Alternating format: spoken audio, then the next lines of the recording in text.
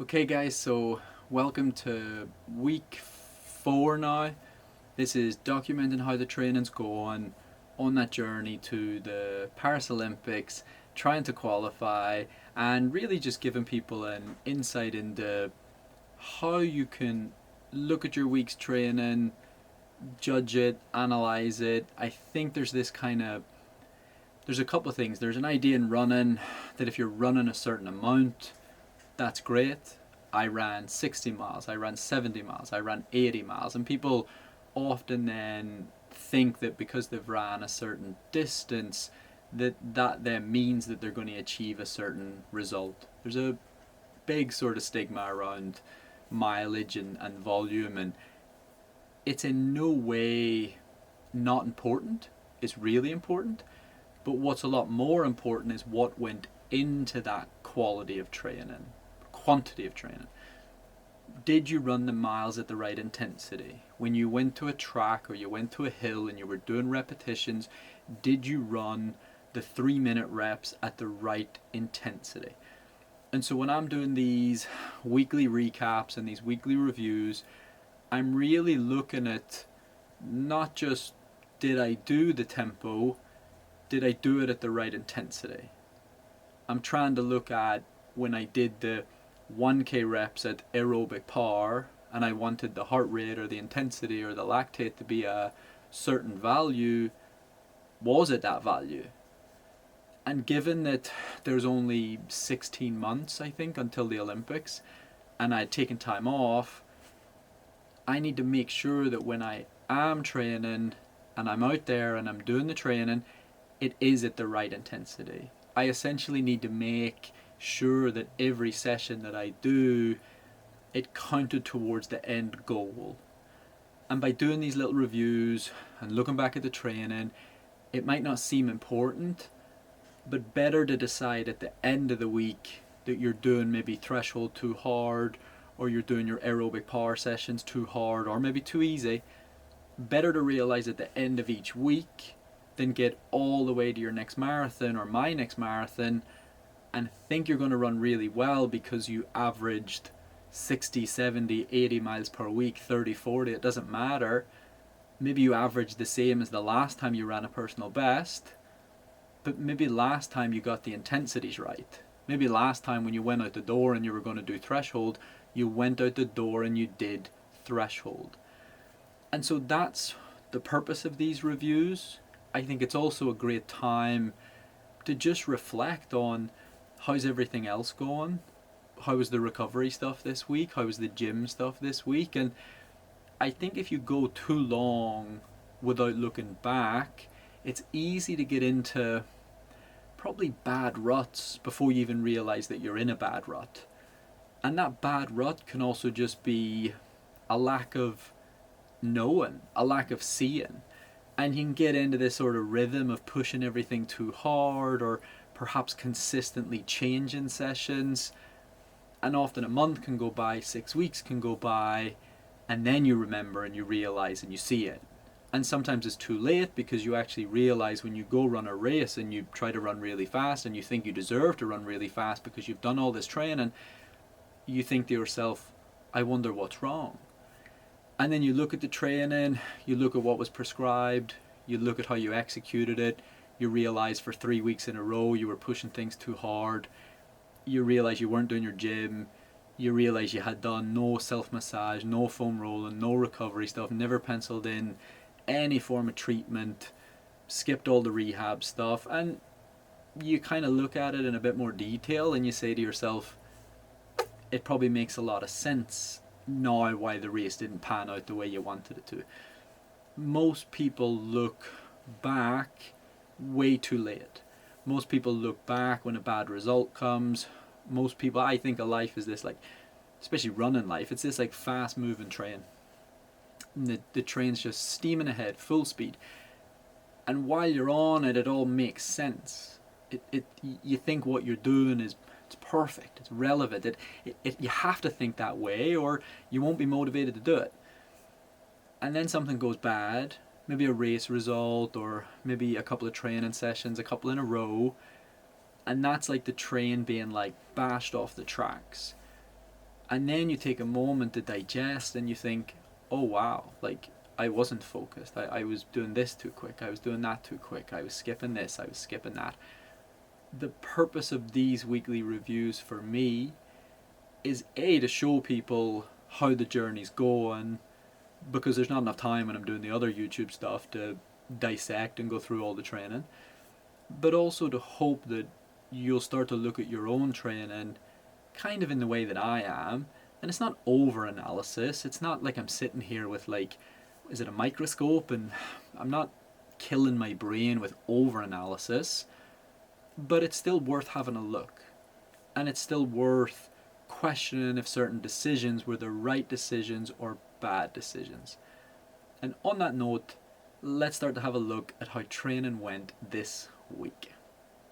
And so I have my phone because my iPad's dead, and that's what I'm looking at Strava where I've recorded the training.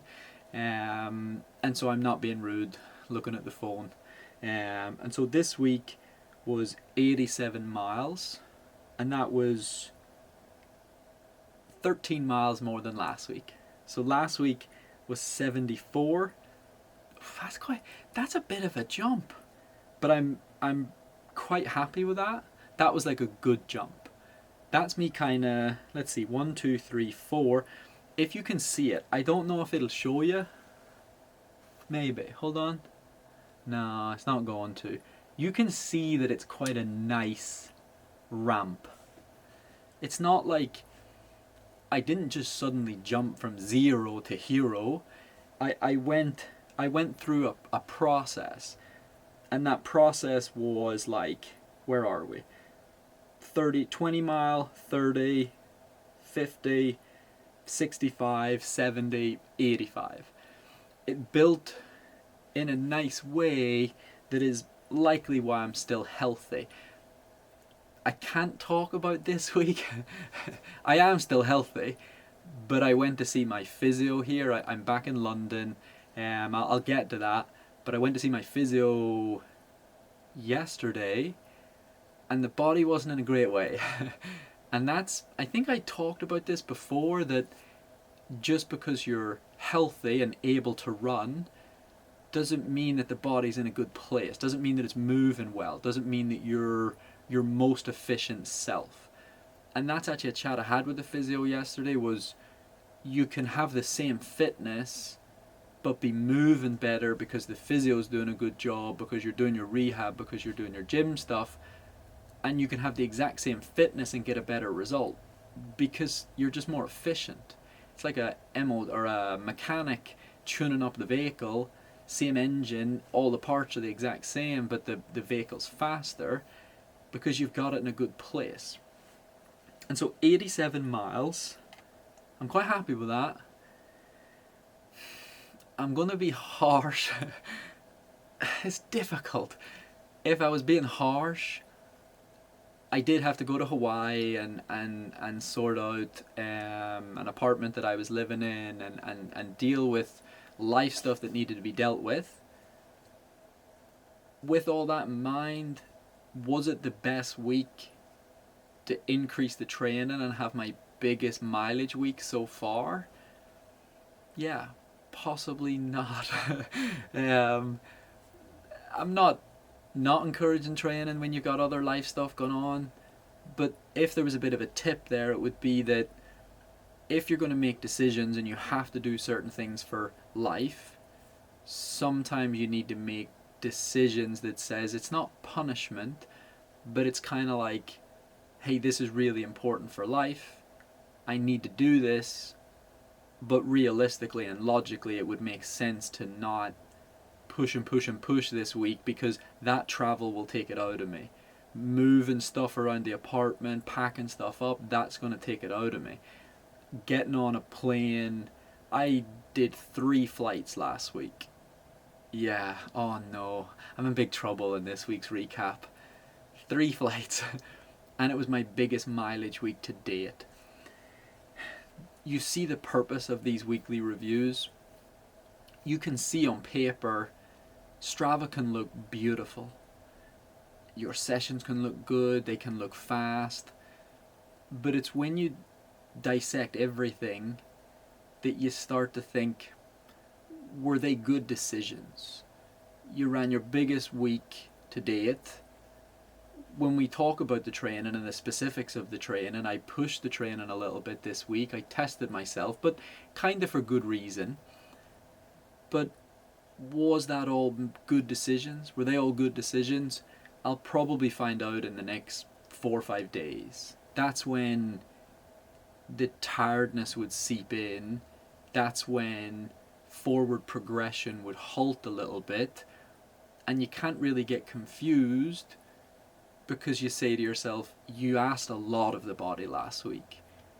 I am not lucky, I fly a lot, and so I always get like first class upgrades, business class upgrades. I'm very good with hydration when I'm traveling, nutrition, I bring my own food.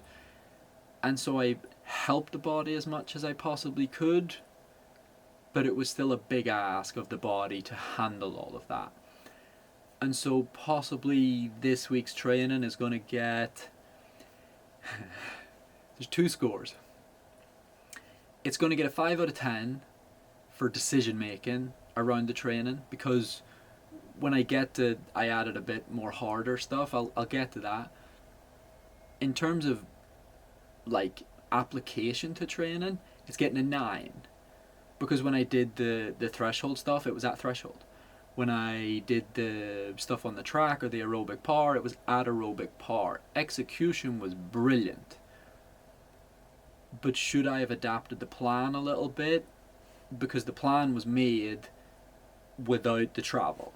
Once the travel was penciled in, should I have tweaked it a little bit? Possibly. Yeah, not possibly. Definitely. And so these are things you have to think about. You build a plan 3 months before a big race, 4 months before a big race. Something in life happens. You have to commit to something that's really important for life, but it involves maybe travel, maybe it involves moving out of a house, maybe it involves doing up a kitchen, doing up a bathroom. If it's going to add stress, tiredness, muscle aches, etc., etc., is that week's training still the best plan? That's something that you need to look at. Support the body, so add in little bits and pieces that help it. Better sleep, better nutrition, double down on those things so that you're supporting it in the best way you can. That's the whole purpose when I built the Running Masterclass. It was, people are going to go out there and train, they're going to push really hard, and I love that. But what are they doing around it? Do they know good recovery? Do they know good nutrition? Do they know tips for their psychology? Do they know rehab and strength work and blah blah blah? I had this idea that these people, athletes, yourselves, would want to be better at running, but perhaps you wouldn't know, what could I do better on a week that I've got a lot of family commitments or stressful things at work? What are the meditation things? What is the journaling? What is the self-massage? What does a foam rolling routine look like? That's the kind of stuff that this week, to be fair to me, I doubled down on. Ice baths, meditation, journaling. It was a stressful week, a lot of travel, there was a lot going on. I needed to make sure that I didn't let it all become too much. And that's the experience, and that's the little things that probably allowed the week to go as smoothly as it did, considering I flew 6 hours to Hawaii, 6 hours back from Hawaii, and then a 10-hour flight from LA to London. And managed to keep the aura ring in a good place. Resting heart rate variability, body temperature, stress, etc., etc. Everything stayed in a good place. It's the stuff around the training that, if you can take the stressful stuff away, that'd be amazing. Then there'd be less need for all the stuff around the training. But life and work and all sorts, you guys know how it works. It's very hard to clean your slate completely. Less for me, because I'm a full-time professional. More for you guys. You have a lot going on, a lot of work stuff, family stuff, and you don't always have the luxury of stress-free time that's just at your own leisure. And so a lot of this support work can really help. Let's look at the individuals of the training. On Monday, I did some threshold. I love this session. So I went to a track in Hawaii. I did 10 by K. It's 30 seconds rest, so it's 100 meters in 30 seconds. And I just ran at it.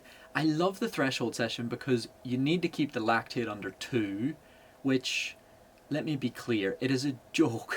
Trying to keep that lactate under 2 is hard. It's almost so easy that it's frustrating. But then it's a really fun session to do. And I've realized that the benefits of that session are brilliant.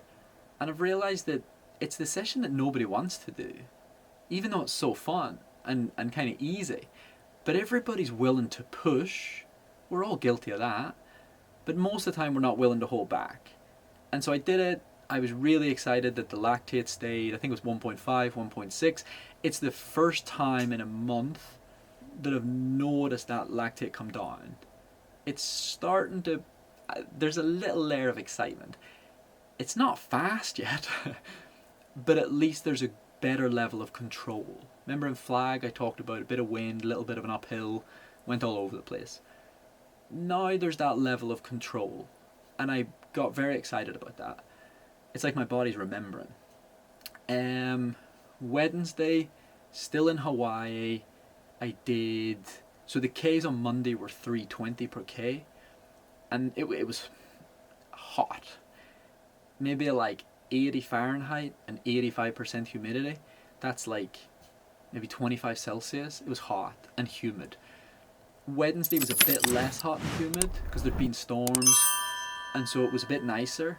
And I was doing like a harder session. I had to do the Ks, but not at 320. I was doing them at 305, and it was hard. That's the day that I have to like focus, and I get all nervous about it. I can't just go and trickle around at 2 lactate. I had to push it up to like 4 or 5. But I nailed it. Really, really good. It's a real awkward level of push because you have to push a bit, but it's not permission to like race and push really hard. But you have to work. And if you don't work and you don't stay focused, you'd probably run 308, 310. You might even keep the lactate in the same place, and that's probably might be a bit confusing to you guys, but I'll let the ambulance go. You probably can't even hear it. But the confusing part would be that if you lose focus mentally, it's not like when you get to the end of the rep, the lactate will suddenly drop down. You kind of just switch off a bit, find yourself in a bit of like limbo mentally because you're not engaged, you're not focused. You get to the end of the rep, you're 3 seconds slower, but the lactate's the same. And so keeping that mental concentration, how's my form, where's my technique, am I keeping the pace honest, it just means that you teach that ability to stay focused in the rep. It might not, you might think it's more important to just hit the lactate, in which case running a couple of seconds slower is fine. But you teach yourself a bad habit, because then in the marathon, you go through phases of lack of concentration, and all you do is lose time. You don't like, it's not like when you're not as focused, they're pumping fuel back into your body, like petrol in a car. It doesn't happen, it doesn't work like that. So you lose focus, you lose a couple of seconds that kilometer, and you don't get anything back. It kind of takes the exact same amount out of you. So it's worth practicing, really staying engaged, really staying focused. It's not permission to push and push and push. It's just permission to stay at that right intensity and not let it drop, not let that focus drop. And there's a skill to that. Flew out of Hawaii that afternoon to LA. Hawaii was getting really bad storms. I had to go and return. I had a lot of lights and microphones and all this stuff I had ordered for YouTube. And I had to return a lot of it and just deal with stuff that needed dealt with. Then I flew to LA. LA is lovely. If anyone is watching from LA, well done. It's a fun place, but it's expensive. So I had a good time in LA. It was slightly better weather. It was LA weather right now is like the perfect running weather, like 50 degrees Fahrenheit in the mornings, goes up to like 70, but like crisp, not like humid, and just beautiful. Sun shining, real nice like vibe around them sort of areas, and I was in a place called Hermosa Beach. It was beautiful. Wednesday was easy, so I'd done the session, I travel. Then on Thursday I just do easy run. Yeah, Thursday's just an easy run. No less, no more. Very good day. Just let the body come round after travel. It was always planned. It was planned that way. Friday was I took a look at when I ran 209, and you can follow all these plans, and you can, well, what's this person doing? Is that any good? What's that person doing? Is that any good? One of my best pieces of advice would be go look at when you've ran really well and start to have a look at what were you doing? What contributed to that success? And I don't know why we're not doing that. So I looked at that London plan, and I kind of wanted to see, I literally mapped out every week and how much volume per week I did at different intensities. These intensities I've been working at the minute. Now, I wasn't checking lactate, but I used like heart rate as a guide. I sort of know what creates 2 millimoles right now, and I made an assumption that it created it back then.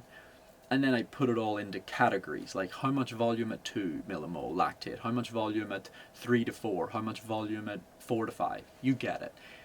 I did that for every week for the 10 weeks, and it showed little patterns that perhaps led to some of the success. First of all, there was a lot of volume above that kind of like 2 lactate, a lot. 35 miles a week, maybe 40. Some weeks where you're looking at like 12 miles at 2, 13 miles at 3 to 4, 7 miles at that aerobic power, and I'm like, attaboy. It's no wonder I ran well, having handled that hard a training plan. I tried to learn from it, and so I put in place, I decided that I think what I can do is like I did the hard Ks, then I had that easy day, which is so important.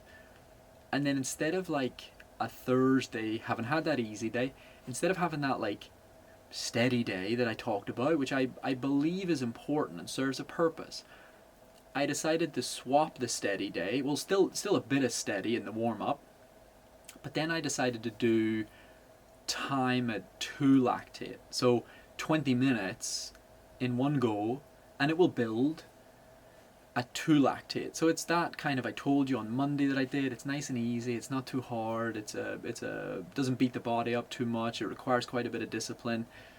So I do 20 minutes at 2, and then I do my hills. And the hills are 6 times 10 to 15 seconds. It's all about neuromuscular power. I did talk about that in one of the YouTubes where I felt like my aerobic system was good, my breathing was good, but my legs just weren't responding. And those hills can give you a little bit of pop, just a little bit of something, a little bit of substance. And so that was Friday, and that was new. That was like when you get to the end of the week and you count up and you're writing down how many miles did you do at 2, how many miles did you do at, let's say 2 is marathon-y type effort, how many miles did you do at half marathon effort. I can now add 4 more miles at marathon effort. That was the purpose. It was a small investment, just a little one. And I had my easy recovery day, and so it kind of fit. And then Saturday, which is a day later, because I only see that as a small investment, I didn't feel the need to then take a full easy day the next day. So on Saturday, I did my like threshold day. And threshold, which I've done full videos on, and you can go look at that, I noticed that in the London build-up, there was quite a lot of half marathon-y type work. Some marathon-y type stuff, in fact a lot. Every Sunday we did these hard long runs that became marathon effort, but there was still a lot of volume at that half marathon-y type effort. And so on my threshold-y type day, I'm now going to combine some work at the very start of the session at that very safe 2 lactate like I talked about. So I did 3 times 2k at that very safe and very comfortable 2 lactate, and it feels really easy and it's very humbling and all the rest of it. And then I did 6 by a k, but upped the ante a bit. That's when I went to that 3 to 4 lactate, that kind of half marathon-y type area. I made that decision because of that sort of analysis, and I'm kind of going to talk about that. the analysis wasn't wrong. That wasn't wrong to do. But sometimes I think why I'm not as consistent with my results as perhaps I could be, or sometimes perhaps maybe why I could have achieved like maybe even better, race results, is because I get a bit greedy and I doubt myself. And I'm I'm trying not to be arrogant, but it's going to come across as very arrogant. I'm very talented. Like probably extremely talented. And I don't know if that's like some of it's genetic, some of it's durability that I don't get injured. There's layers to talent, and it's all. But I have a lot of assets, you could say. Good VO2 max, good bloods, a lot of assets. I think there's two things. I think when I get greedy and I make a mess of the training, I can sometimes still race kind of well because my assets carry me. What I'm doing a bad job of is not reminding myself that I'm fairly talented and that I don't need to get greedy.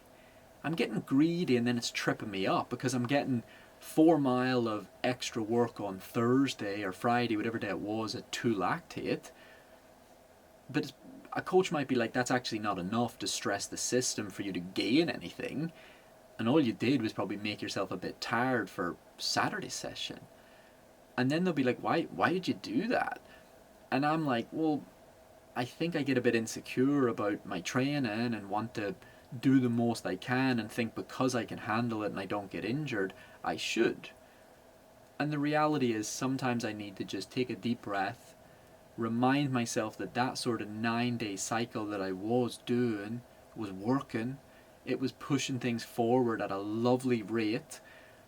And I probably need to just be patient with that 9-day cycle and not get greedy already and if you're constantly trying to think more is better, more would help me more, of course if I can handle more I'll race even faster, it's a bad headspace to get into. You need to believe in yourself first and foremost. If you have that belief in yourself, you'll believe that with a good, sensible training plan, you'll get the job done.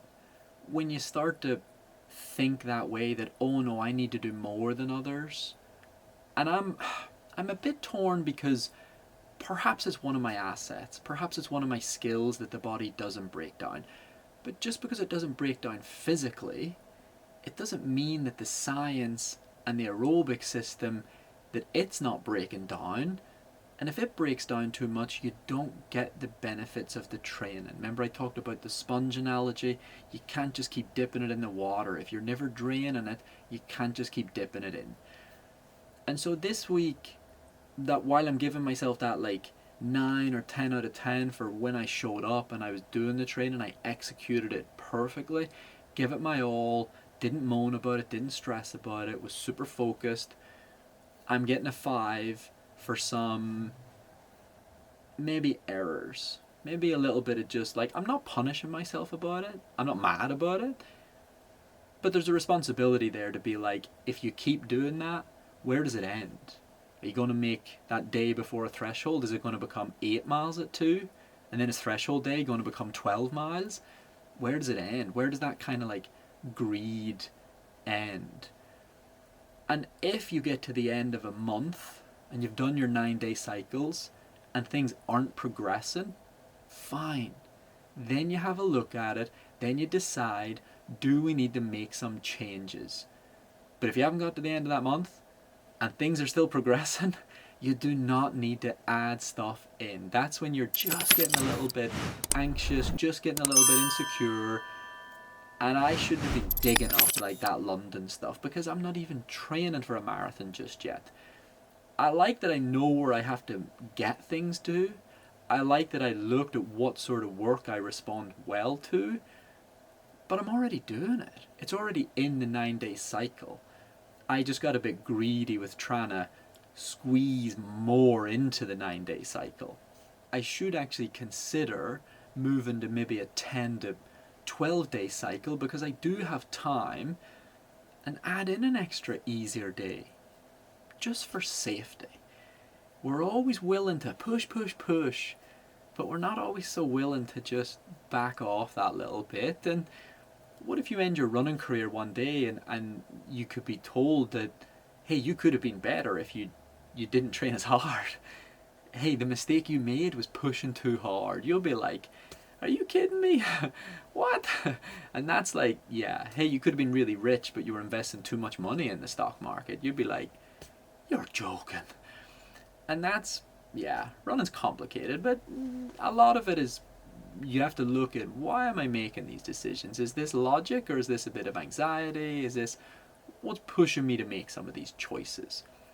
And then you sort of unravel that, and it usually comes back to confidence in what you're doing and confidence in yourself. So I need to remind myself, you're actually pretty good at this. And I'm excited for next week's review, because I've now trained again with some of this sort of like thresholdy type stuff, and it's starting to look good. So I am excited to talk about that, but I'll not brag, but it looks good, better, not like brilliant, but like better, finally. And finally, I'm 4 weeks in. Listen to me, finally. But that's good news for next week. Gym, I did twice, which I was really pleased with. It should have been 3 times, so I'll give myself a 7. But I was pleased in a travel week when I don't have my usual gym set up, and that's where the brain can play with you. You can get back in gym next week, blah blah blah. I did it. I made it count. I worked with what I had, but I was really happy about that. And I'm giving myself a 7 for gym.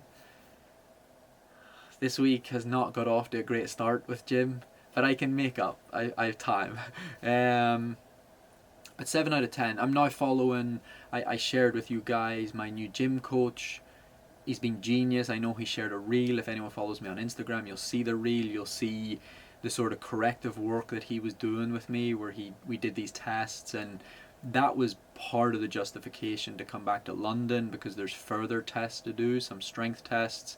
I should do a full fitness test, which is that VO2 max profiling, and make sure that the numbers that I'm training to are relevant to right now. It's been a while since I've done one of those tests.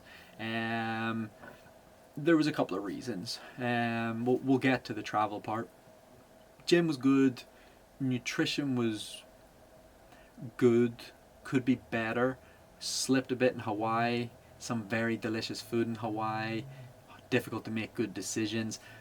I'm liking quite a clean diet, like protein, fats, white rice. Yeah, it makes me think like, nice. You're really fueling the body in that nice clean way. When I eat like crap, I feel like crap. It's that simple. So listen to that. Like, be better with your nutrition. Hydration, I've been a beast-ish. I forget to drink water, but I've been doing really well. Reminding myself, post-run, glass of water. Pre-run, glass of water. Stephen, go have a glass of water. I actually have a hydration tester. If you're Googling it and you want a hydration tester, I think it's called an osmosis checker, or it's a refractometer. I don't know. You can get them on HAB Direct, I believe. And they do international postage, because I had to send myself some lactate strips from there.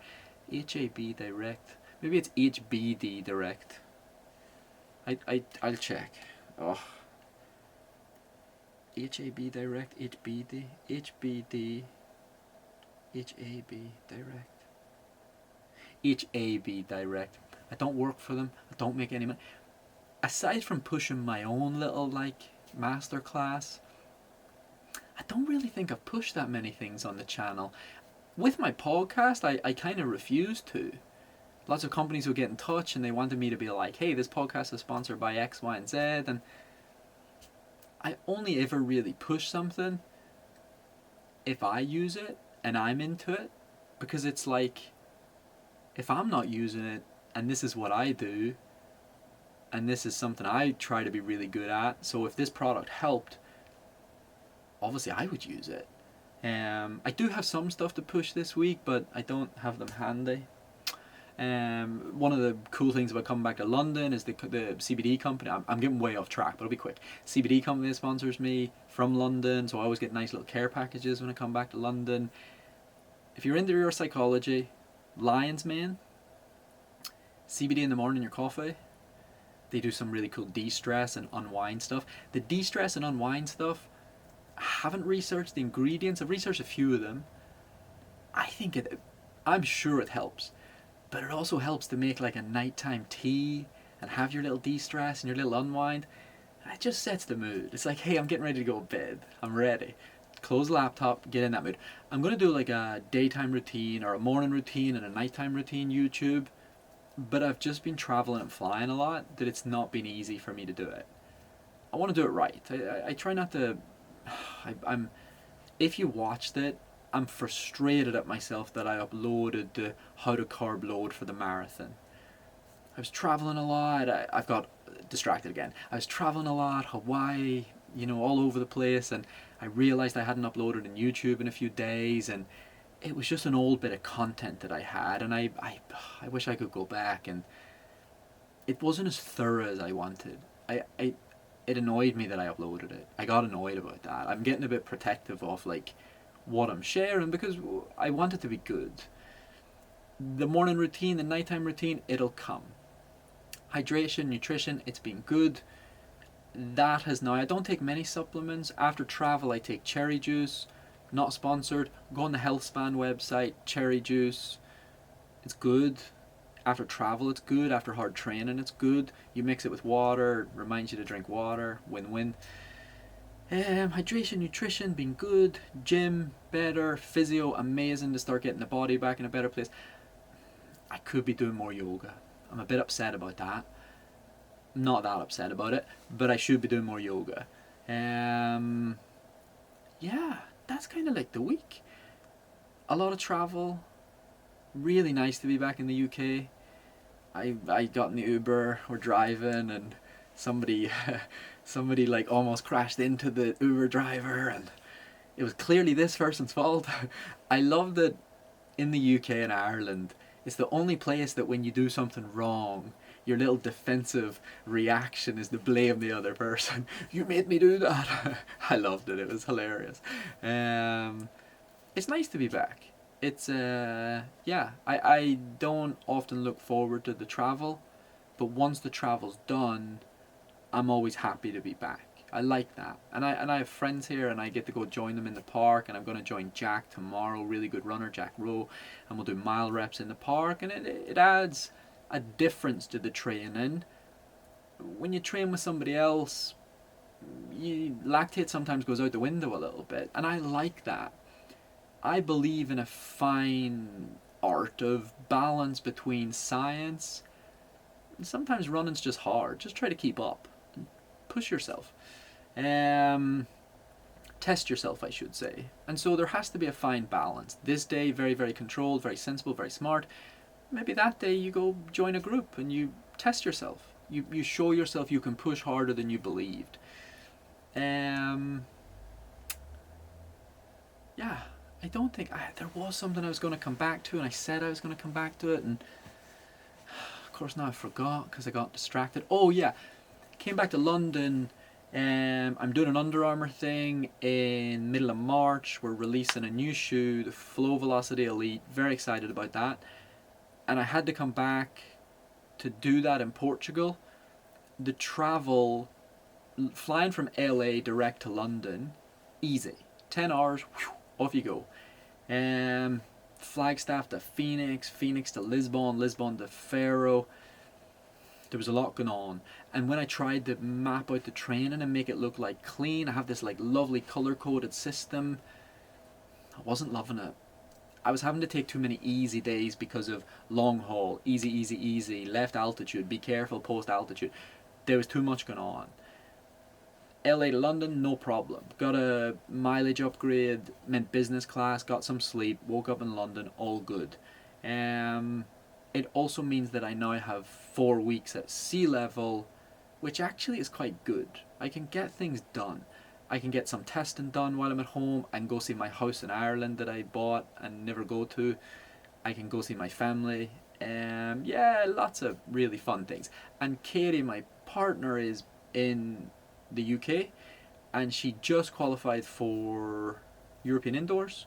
So she's a British athlete in the 1500 meters, and I've now booked more travel. I'm gonna have to repent for my sins in the next the next review. But yeah, I get to go watch, and in a way, like I'm very into my running. Make no mistake.